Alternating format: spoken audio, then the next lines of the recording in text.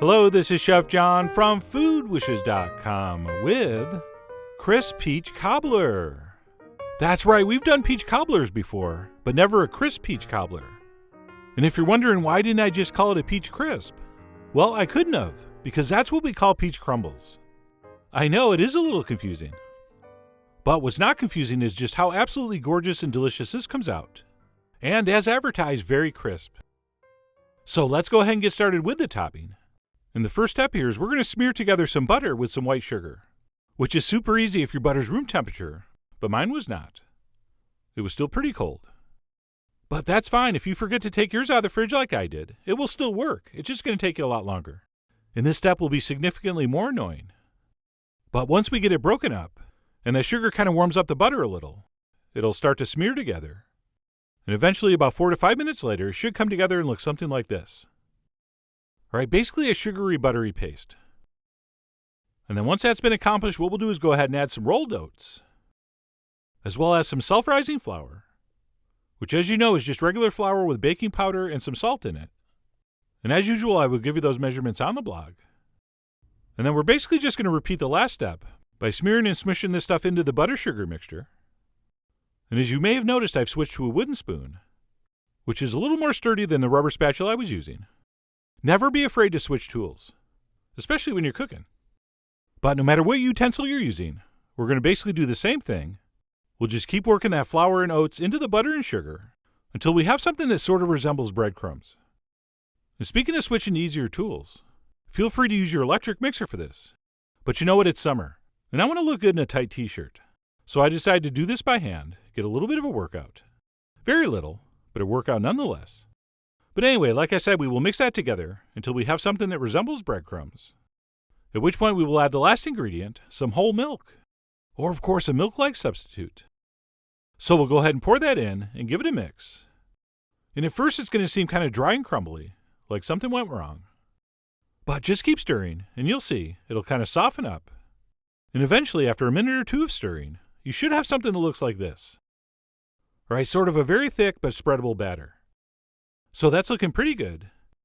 And what we'll do is just set that aside while we prep our peaches. Which is going to be extra easy this time because we're not going to make you peel them. So all we're going to do is take a knife and split these in half. And to do that, we'll simply cut in until the knife hits the stone. And you can really go in anywhere, but I generally try to look for natural cleavage and slice in right there. And if we cut down to the stone and just slice all the way around, by twisting the two halves, that should come apart just like that. And we'll go ahead and pull out the stone. And then what we'll do once our peach is halved is cut each half into 4 pieces, which if my math's correct, that'll give us 8 total. And by the way, if the skins are going to bother you, you certainly can peel these.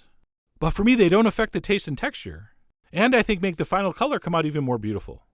Not to mention, I bet it's more nutritious with them, which of course is the main reason you eat a peach cobbler. But anyway, that's up to you. You guys are the teachers of your peaches. But whether you peel them or not, once those are transferred into our buttered baking dish, we'll go ahead and apply some freshly grated lemon zest over the top, from exactly 1 fresh lemon.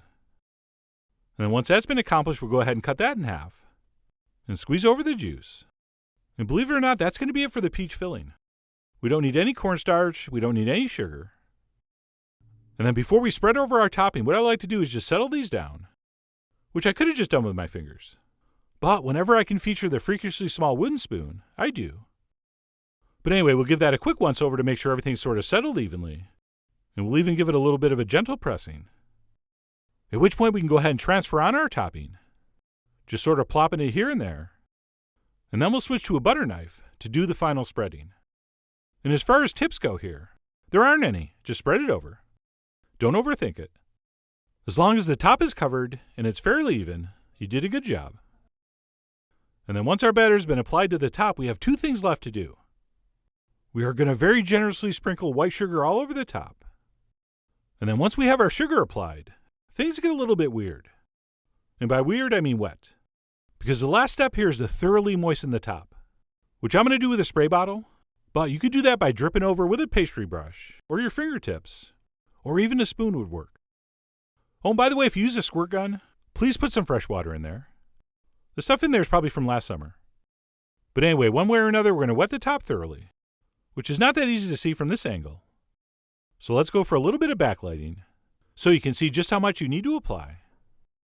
There we go. And once our topping's been sugared and moistened, we're now ready to bake. So let's go ahead and transfer that into the center of a 375-degree oven for about 45 minutes or so, or until the top is beautifully browned. And if everything's gone according to plan, it should look something like this. And sure, it's gorgeous and looks crispy, but is it really crispy? Well, as you know, fork don't lie.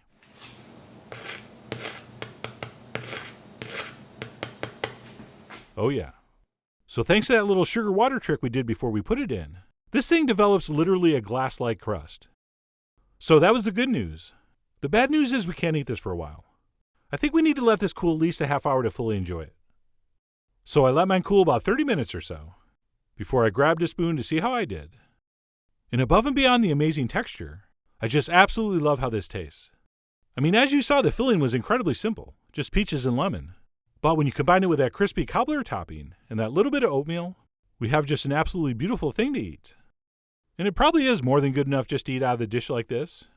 But if you're a real player, we'll go ahead and transfer that into a bowl and maybe top it with some vanilla ice cream. And that, my friends, at least for me, is like summer in a bowl. And I know I probably use that expression for like half a dozen summer recipes, but in this case I mean it the most. Oh, and I should mention as you're eating this, you're probably going to forget you didn't peel the peaches, because you really don't notice anything texturally.